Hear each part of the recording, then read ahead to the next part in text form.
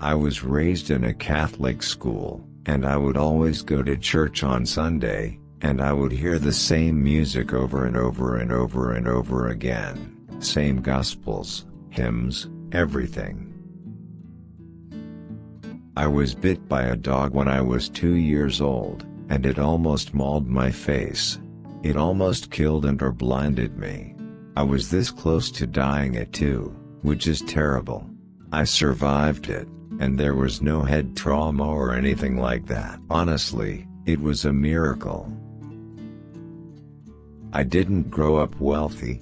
We couldn't even afford spaghetti sauce when I was first born, but my mom and dad worked really hard and came from the bottom up. I'm always inspired by people who have really cool Twitter profiles.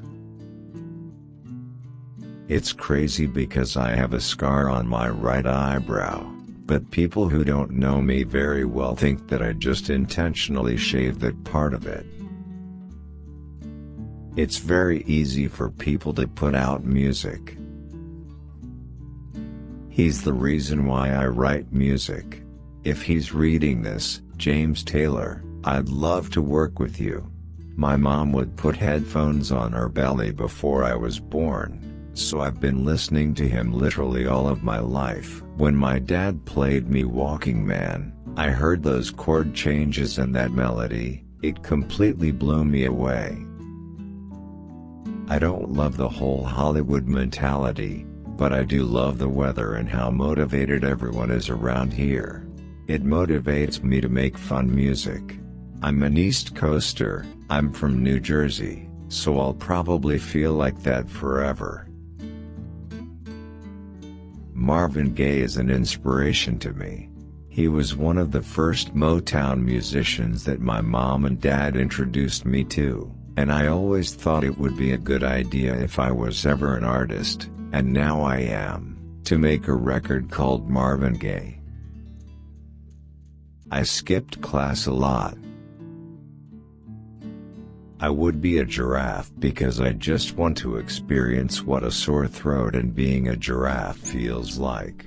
It would be really uncomfortable walking around in the Sahara and being like, I really need, like, 15 lozenges for my giraffe body.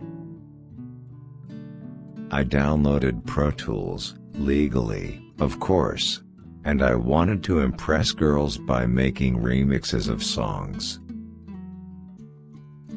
What's cool about the beatboxing is I was so afraid to sing in front of my peers, my parents, anybody. I just wouldn't do it. So in 6th grade, I would turn to beatboxing because it made me feel better. Like, I can beatbox, drop it like it's hot. Doing that a bunch of times eventually gave me the confidence to sing in front of people. When I wrote Marvin Gaye, my whole intention was to make a record that people would put on a record player and just instantly make out with each other. Shy Carter helped me write One Call Away. He is a brand new artist. I really want to help jumpstart his career because I think he's super talented. When my dad played me Walking Man, I heard those chord changes and that melody, it completely blew me away. Maybe you wouldn't really hear the James Taylor influences in my music, but they're definitely buried in there.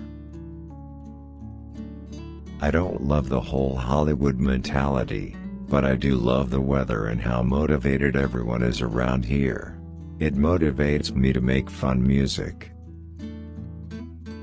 One of my goals is to find an unsigned YouTube artist and feature them on my album. That's what I wish someone would have done for me. I've always made weird sounds with my mouth. I've always been fascinated by the sound design. What you can do with your mouth. I was the kid dancing around in 3rd grade on the basketball court, while everyone would be playing sports, I would be jumping around. The first person that I ever heard sing a song I wrote was Jason Derulo. I was in the studio when he was doing it, and I mean, I've heard that guy's voice my whole life. When he was singing words I wrote, I started kind of choking up, but I tried to be all manly and puff my chest up and be all, yeah, it's not a big deal. I came out to LA to be a songwriter and not an artist, and I'm so excited because I always secretly wanted to be an artist. I'm in LA, I'm in my early 20s, and I'm like, there are so many pretty girls here. Let's Marvin Gaye and get it on. A lot of people don't know, but New Jersey has, like, 700,000 acres of farmland. I've worked with Lil Wayne and Wiz, but I'd like to work with Snoop next. I love Paid the Cost to Beat It Bosses and Doggy Style and pretty much anything he puts out. And Ice Cube, like, all the legends.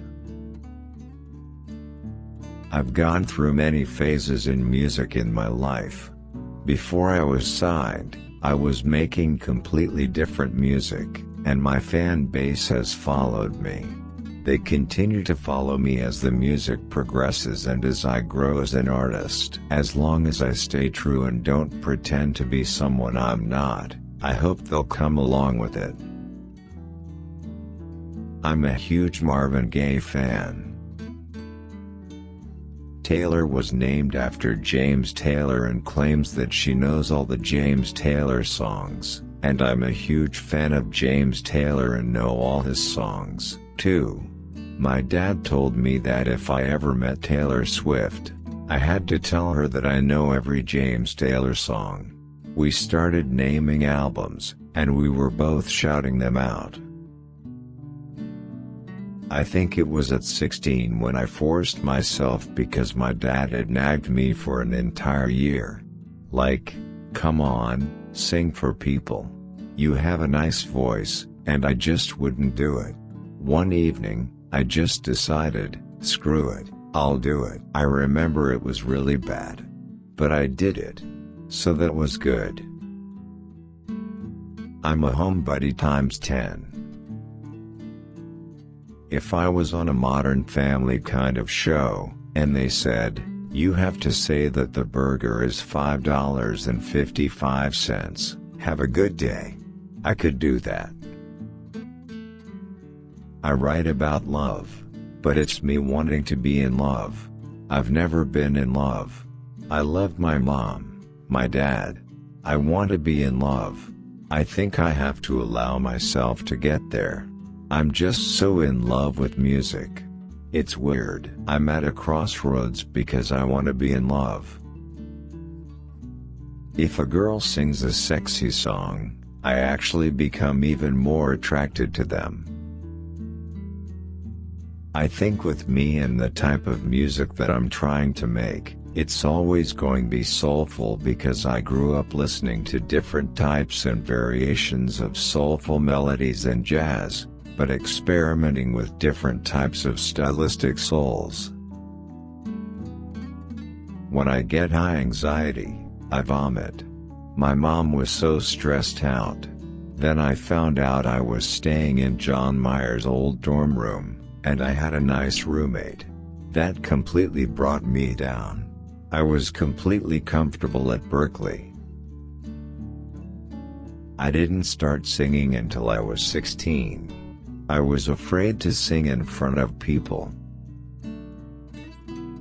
I've always weaseled my way into Grammy parties to network and everything, but now I have a legitimate reason to be there. It's so cool. When Marvin Gaye made his music, he evoked this feeling that would reach everybody.